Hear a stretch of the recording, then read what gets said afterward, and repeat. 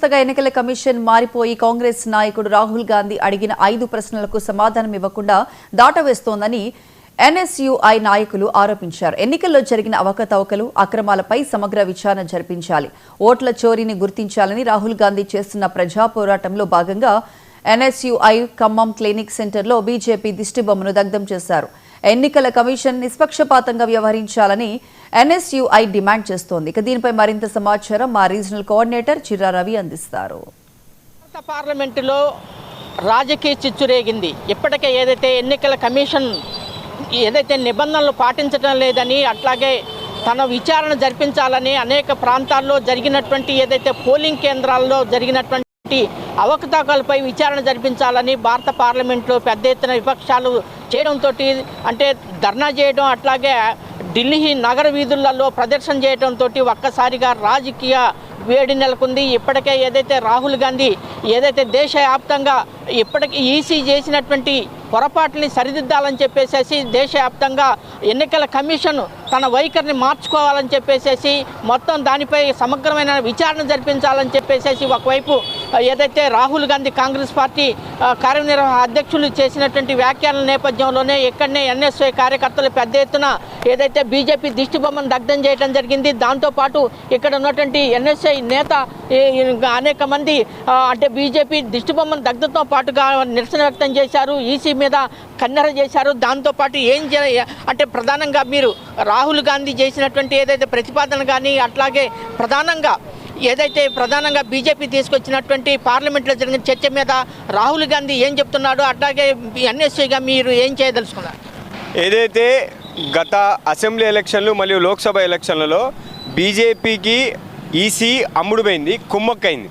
అదేవిధంగా ఈ ఎలక్షన్లో లాస్ట్ టైం జరిగిన ఎలక్షన్స్లో ఒకే ఇంట్లో 80 ఓట్లు, ఒకే ఓటుని 4-5 సార్లు, అదేవిధంగా కొన్ని ఓటర్ లిస్టులని ఇంకా ఈసీ బయట పెట్టలేదు. ఏదైతే ఈసీ ఎలక్షన్ కమిషను ఓటర్ లిస్టుని ఉన్న ఓటర్ లిస్ట్ని సీసీ కెమెరాలు ఏదైతే ఉంటాయో ఆ ఎవిడెన్స్ని కాంగ్రెస్ పార్టీకి రాహుల్ గాంధీ గారు అడిగిన 5 ప్రశ్నలకి సమాధానం ఇవ్వకుండా, సరే ఈ జరిగిన తప్పులు ఏవైతే ఉన్నాయో వాటిని అవి అవాస్తవాలా వాటిని క్లియర్ చేయడానికి ఈసీకి క్లియర్గా 5 డిమాండ్ల మీద రాహుల్ గాంధీ గారు ప్రశ్నించడం జరిగింది. ఆ ప్రశ్నకు ఎటువంటి సమాధానం రాహుల్ గాంధీ గారికి ఈసీ ఇవ్వకపోగా అవన్నీ వితిన్ 12 డేస్లోనే ఆ జరిగిన ఓటర్ లిస్టుని డిస్మాంటిల్ చేసేయడం, అదేవిధంగా రాహుల్ గాంధీ గారు అడిగిన సీసీ కెమెరా ఫుటేజ్ని ఇవ్వకపోవడం, ఇవన్నీ చేసుకుంటూ రాహుల్ గాంధీ గారు ఏ స్పష్టమైన ఆధారాలు లేకుండా ఎలా మీరు మా ఈసీ ఇంత పెద్ద సంస్థని మీరు ఎలా తప్పుపట్టారని చెప్తారని చెప్పి నిన్న సాయంత్రము ఏదైతే కాంగ్రెస్ వర్కింగ్ కమిటీ మొత్తం కూడా రాహుల్ గాంధీ గారు మా జాతీయ అగ్రనాయకత్వం అంతా ఎంపీలు అదేవిధంగా 24 పార్టీలు ఏకం అయ్యి నిన్న ఈసీని చలో ఈసీ అనే ప్రోగ్రామ్ని ఈసీని ముట్టడించే ప్రయత్నం చేశారు. ఆ ముట్టడించే ప్రయత్నంలో రాహుల్ గాంధీ గారిని అక్రమంగా అరెస్ట్ చేసి ఎటువంటి సమాధానం ఇవ్వకుండా ఈసీ వ్యవహరించిన తీరు, ఎన్డీఏ తీరు కనబడుతుంది. ఇదే విధంగా ఈ దేశ ప్రభుత్వం, ఎన్డీఏ కూటమి ఇదే విధంగా ముందు రోజులు నడుచుకుంటే ఇప్పుడు జరిగిన ఆ సంఘటన ఎలక్షన్స్లో ఓట్ చోరీ జరిగిన దాని మీద సరైన స్పష్టత, సమాధానం ఇవ్వకుంటే జరగబోయే పరిణామాలు ఎన్ఎస్యుఐ తరపు నుంచి చాలా భారీగా ఉంటాయి. అవి ఎన్డీఏ కూటమిని రానున్న మన ఈసీని తక్షణమే సమాధానం ఇవ్వాలి. ఎన్ఎస్యుఐ రాహుల్ గాంధీ పక్షాన్ని నిలబడుతుంది.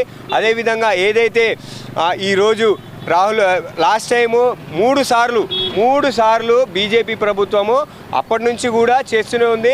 ఆ చేస్తున్న సమయంలో మొన్న జరిగిన ఎలక్షన్స్లో అది బట్టబయలైపోయింది. ఎలా అంటే ఒకే ఇంట్లో 80 ఓట్లు చూపించడం, ఒకే మనిషి 4 రాష్ట్రాలు ఓటేయడం, అదేవిధంగా పక్క రాష్ట్రంలో చూసుకున్నట్టయితే 160 స్థానాలకు పైగా ఎన్డీఏ కూటమి గెలవడం, అదేవిధంగా కొన్ని పార్టీలు క్లీన్ స్వీప్ చేసేయడం, ఇవన్నీ కూడా మేము అనుమానాలు వ్యక్తం చేస్తున్నాము. రాహుల్ గాంధీ గారి పట్ల మేము స్టాండ్ తీసుకుంటాము. ఈసీ తక్షణమే దీనికి సమాధానం ఇవ్వాలని ఎన్ఎస్ఏ డిమాండ్ చేస్తుంది. ఏదైతే ఈసీలో జరిగినటువంటి ప్రధానంగా ఎన్నికల కమిషన్ చేసినటువంటి ఏదైతే అవకతవకలపై సమగ్ర విచారణ జరిపించాలని ప్రధానంగా రాహుల్ గాంధీ 5 డిమాండ్ల మీద తక్షణమే స్పందించాలని చెప్పేసి, ఓట్ల చోరీని గుర్తించాలని చెప్పేసి, దానికి సమాధానం ఇవ్వాలని చెప్పేసి ఎన్ఎస్ఐ కార్యకర్తలు డిమాండ్ చేస్తున్నారు. కెమెరామెన్ సుధాకర్తో చిర్రా.